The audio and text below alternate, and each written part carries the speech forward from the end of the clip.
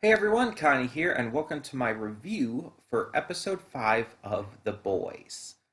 It's been a couple weeks since I got to the last one. I believe the day was actually April 21st.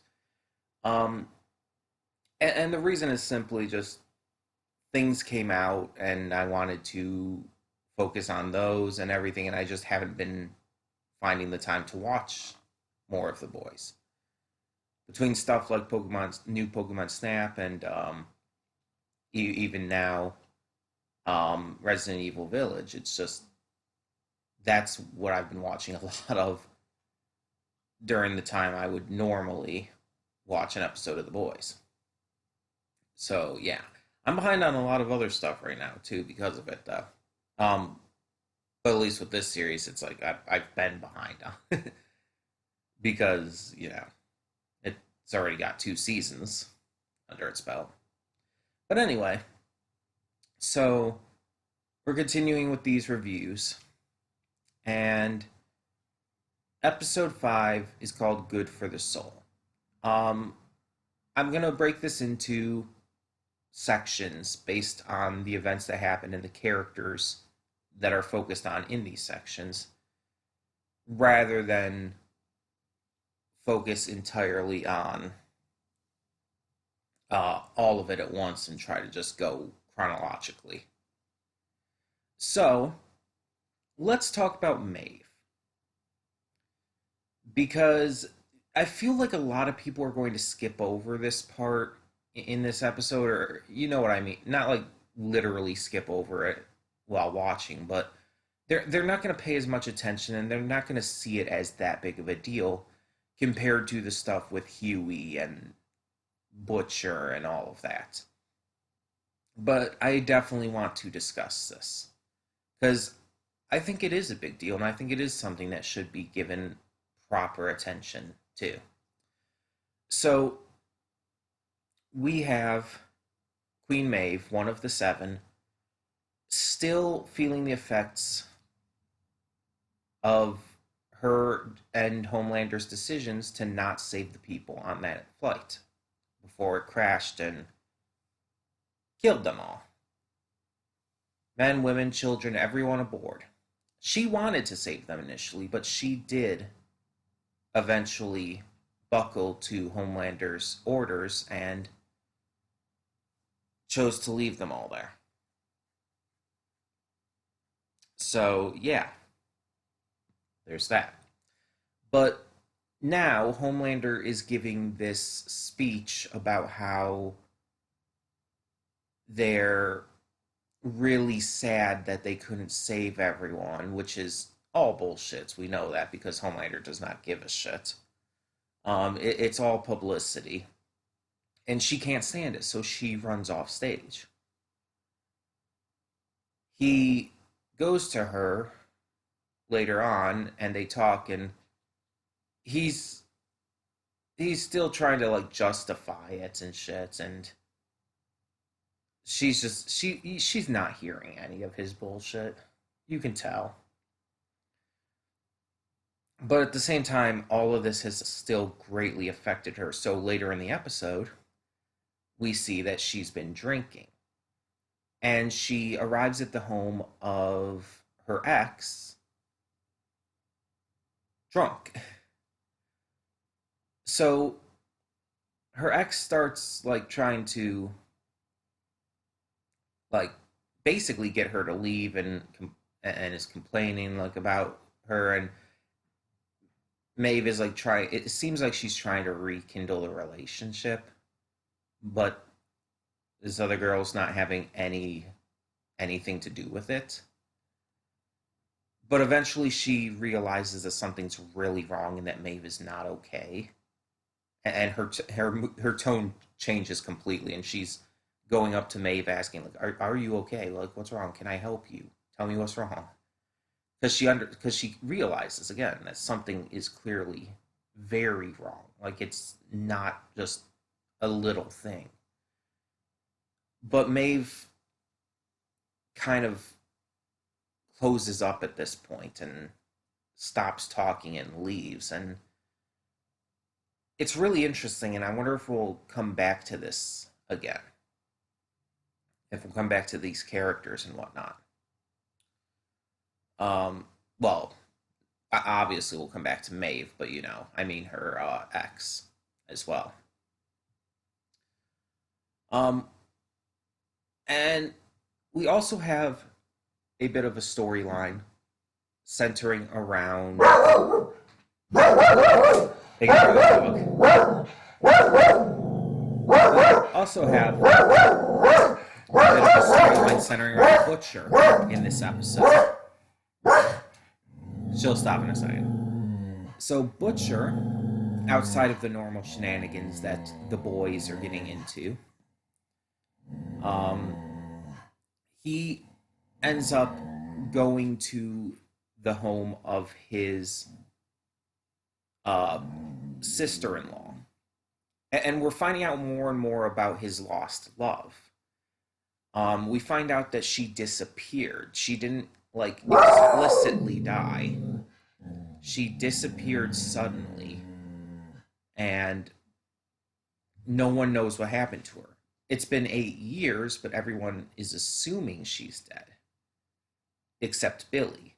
Billy still is holding out hope, and as such, he hates the fact that her family put up a gravestone. There's no casket or anything. They didn't even pretend to bury like an empty casket for her, but they still put up a gravestone and are declaring her dead, especially for their mother's sake. But Billy cannot stand it because he still somehow holds out hope that she's out there. And it's really sad because you definitely see the emotion of Billy in this scene more so than you have prior. I mean, you definitely understood there was something there prior, but you really see the emotion come through with Carl Urban's acting here, and it's really good. Um, and later in the episode, he even goes to the gravestone itself and smashes it, destroying it because he doesn't believe it's right. He doesn't believe it's right to have a gravestone for someone who could still possibly be alive, for someone who they don't have a clue on whether or not she's alive or dead because no body was ever found. She just disappeared. And this storyline is really interesting me because Billy is a very interesting character. He very clearly is putting on a bit of a front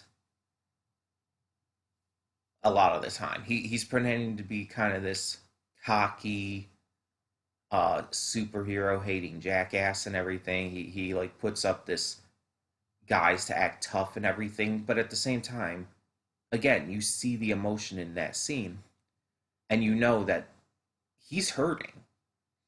He misses his wife and he just wants to find out the truth. And it's very clear, though we don't know how yet, that superheroes are involved. I'm very interested to find out what ends up being the truth about that. Um, and then we kind of have the main storyline of this episode. Um, and there's another smaller storyline in this one, but I'll get to that after because I want to talk about the main storyline first. So, Huey and Starlight are, you could kind of say, on a date at this Christian festival. Um, this was mentioned in the previous episode, and all this was built up. It's like this Christian festival where this guy named Ezekiel is going to be, and the entire jig is that Huey has to get close to Ezekiel and blackmail him in order to get the info they need on Compound V. During this, like I said, he's going as basically Starlight's date, and they don't seem to really acknowledge each other as partners yet or anything, which I think is fair. I think it's a little too early for either of them, especially Huey. But it's very clear that they like each other. And I think that if they really let go of all of their misgivings about it, they could be a really good couple. But we see this that this festival is basically like, typical Jesus speak.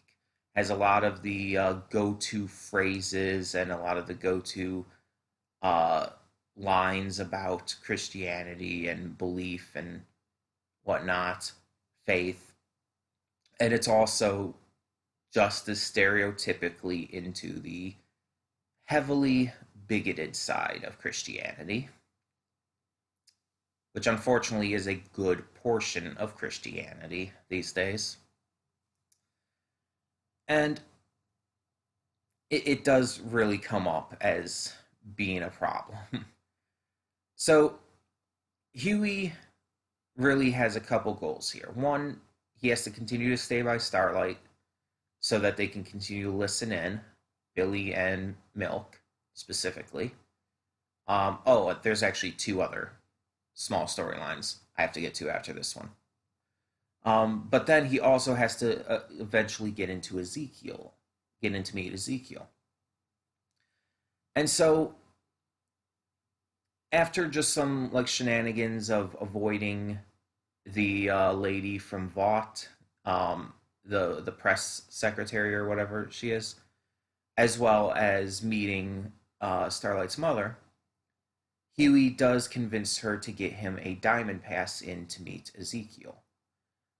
Although it's very clear she doesn't like this, she doesn't like the idea that he's using her for this. And fair enough. Like that's definitely exactly where I thought it was going to go with her. And yeah, he does get in to the tent with Ezekiel, where he ends up meeting Homelander, who seems to be very suspicious of him. So when Homelander and Ezekiel host this impromptu baptism with everyone in the tent, um, Homelander is the one doing the baptisms, and he ends up like really noticing how stressed Huey is. He notices his heart rate and everything, his blood pressure, and he's definitely suspicious of him. And I don't know if it's because he's there with Starlight or if it's something else. But he goes aggressive, much more aggressive with Huey than anyone else. He like basically choke slams him down into the water and then holds him there for much longer than he needed to. Um, but after the fact, Huey is able to be alone with Ezekiel and confront him. Um, he had this video on his phone of Ezekiel in the club that he and Billy went to. I want to say episode 2. Um, and it's a video showing him with other guys and everything, which goes against his entire pray the gay away ideals.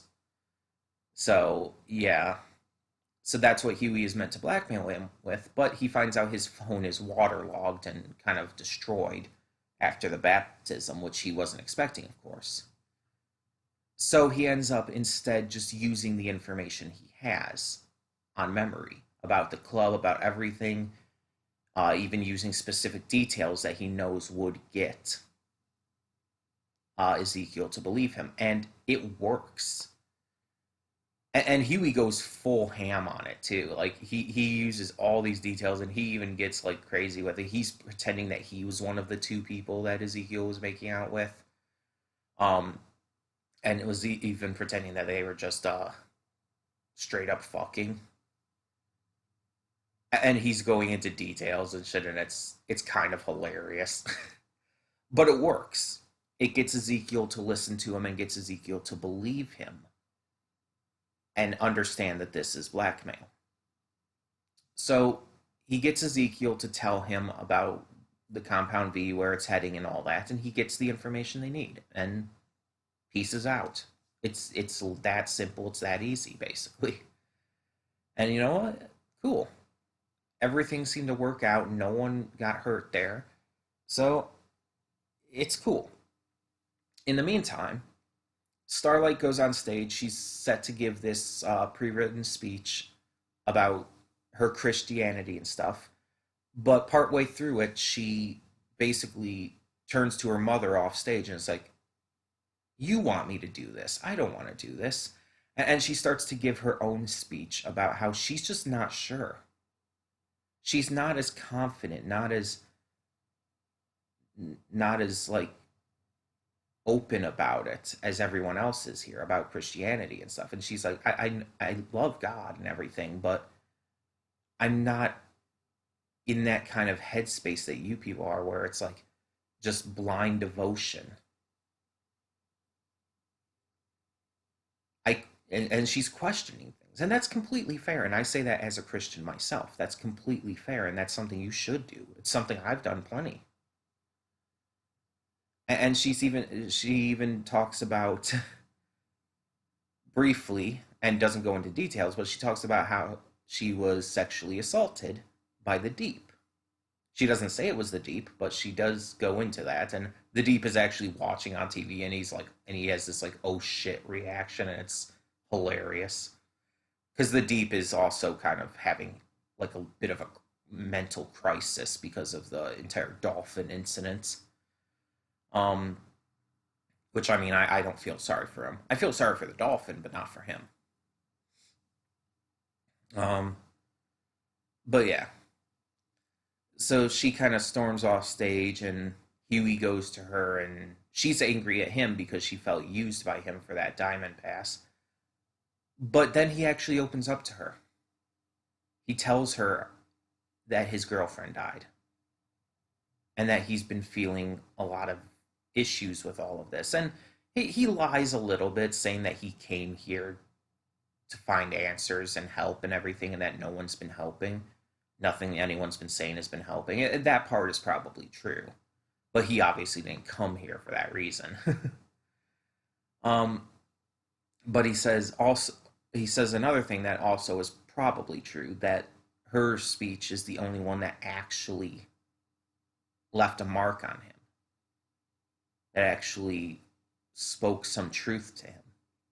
And that's wonderful. And she understands and feels sorry for him, and they do make up. And good. Because it's obvious Huey did not mean to for that to come across as him using her, and he didn't even want to do that in the first place. But that storyline kind of ends pretty well, for now at least. But then there's two other little storylines to talk about. First is Homelander himself.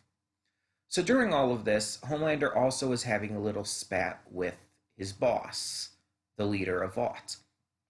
She wants him to do this pre planned speech at the Christian festival, but he doesn't want to do it. He thinks it's just empty platitudes. And so he confronts her and is very clearly jealous of her baby, which is really weird and kind of hilarious that he's just that fucking jealous of a baby. Um, but he confronts her, telling her that he should kind of go off script and stuff. She says no and everything, but he does anyway. At the festival, he ends up going very off script, basically calling her out too. He's like, "Oh, some people want me to say empty platitudes about this, but no, I'm gonna I've got to speak the truth and stuff." And he starts going on about how God is like leading him to take out the terrorists and stuff, and it's very racism and xenophobia fueled. It's gross. It's very gross and full of a lot of false Christianity shit. And yeah, it's not okay. Um, but she does see it. She does see him giving that speech and is really pissed off at him. So later on, he ends up spying on her again from outside of her room. She notices and invites him in, and things get a little weird. So it's been kind of clear that there's been some kind of relationship between them, and now we can kind of see that there is a sexual side to it, though it's also a very weird side to it. I mean, like, there's nothing wrong with having your kinks and stuff, I guess, but it's just things get a little odd. Maybe just for me at least, but um, I don't know. Maybe it's just because it's the characters themselves, but it's weird to me. Um, I'll leave it at that. Um, and the final storyline in this episode, full of storylines, centers around Frenchie. So while everyone else is doing their thing, Frenchie ends up getting caught because A Train, after killing his girlfriend Popclaw by overdose, after he finds out that she did tell someone about the Compound X, he ends up watching a hidden nanny cam that he had placed, which she probably had no idea about. And at first, he's just watching videos of them having sex and seemingly feeling bad about the fact that he killed her. But then it shows another footage of when she accidentally killed the one guy and Butcher and all of them came in. The only face he's able to see on that, though, is Frenchie's. So he brings that in and he shows that to Black Noir, who then starts to hunt down Frenchie and find out everywhere he's been and stuff throughout all the different aliases and locations and everything. And eventually, Frenchie receives a call from his partner. Unclear, like, what their relationship actually is, but that the girl that he was seen with before. And she tells him that basically he's entirely compromised. So he calls Butcher, is told to leave the girl that they still have chained up. He's told to leave her there and then run, basically. However, he can't leave her there because he's bonded with her. He has. So he sets her loose, he sets her free, and she just kind of bolts for it, but at least she's free, and he continues trying to get out of there. Unfortunately, he is confronted by Black Noir, and she saves him. He runs off while she fights Black Noir. The fight is really cool, by the way, but Black Noir ends up overpowering her and seemingly killing her quite brutally too, slicing her right open. Frenchie comes and thinks she's dead, places his jacket over her, but then she wakes up and it's revealed she has a healing factor, which is really cool. And so he calls her a miracle, and that's basically where the episode ends.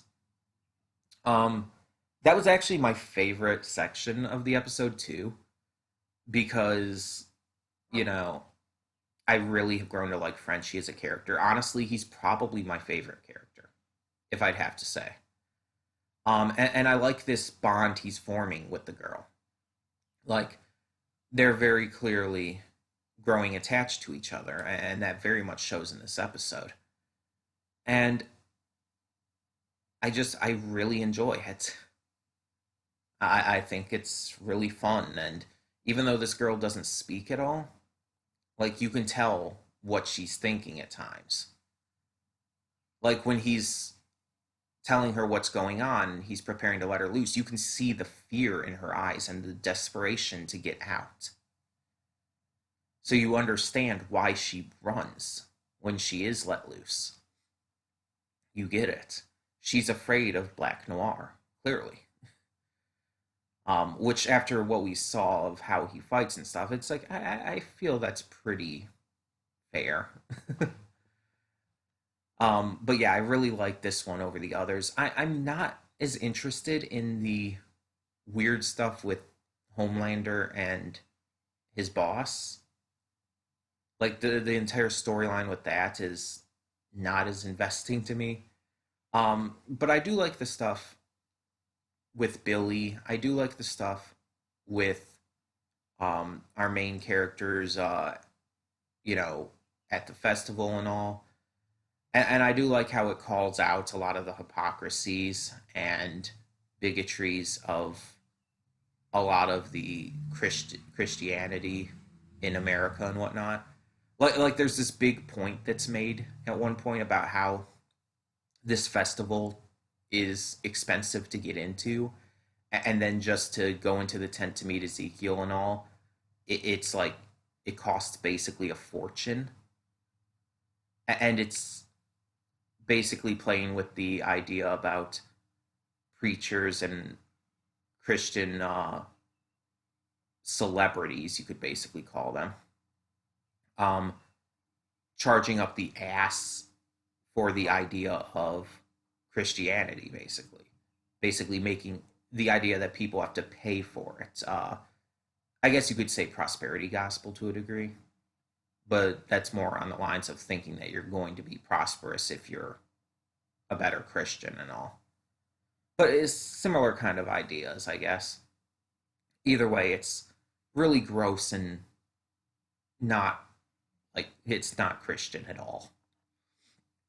But I like how this episode calls that kind of shit out, and how we see both Huey and Starlight very uncomfortable with it throughout the episode. And both of them, we find out, grew up in that kind of thing. Even we find out Huey had connections with that, had grown up in the church and stuff at a top, to a degree. Maybe not as much as Starlight, but still. um, I like the stuff with, like I said, Billy and finding out more about his wife and everything. And I definitely like the stuff with Maeve. As I said, people really shouldn't just like throw that to the side with this episode. I am really invested actually in the stuff with Maeve because I feel like she is going to blow up at any time now. And I'm afraid that if she does, Homelander is going to kill her. Because if she reveals to anyone that Homelander let the let those people die and ordered her to do the same, like she almost did to her ex in this episode. If she actually reveals that to anyone or does so publicly, oh, there's gonna be hell to pay, and that's gonna not be great. I don't want anything to happen to her because I'm actually starting to like her as a character. Like she's not the most focused on character, but I definitely am starting to like her. So either way, tell me in the comments below what you thought of this episode of The Boys, and thank you so much for tuning in. For now, I'm Connie, and I'm signing off. See y'all next time.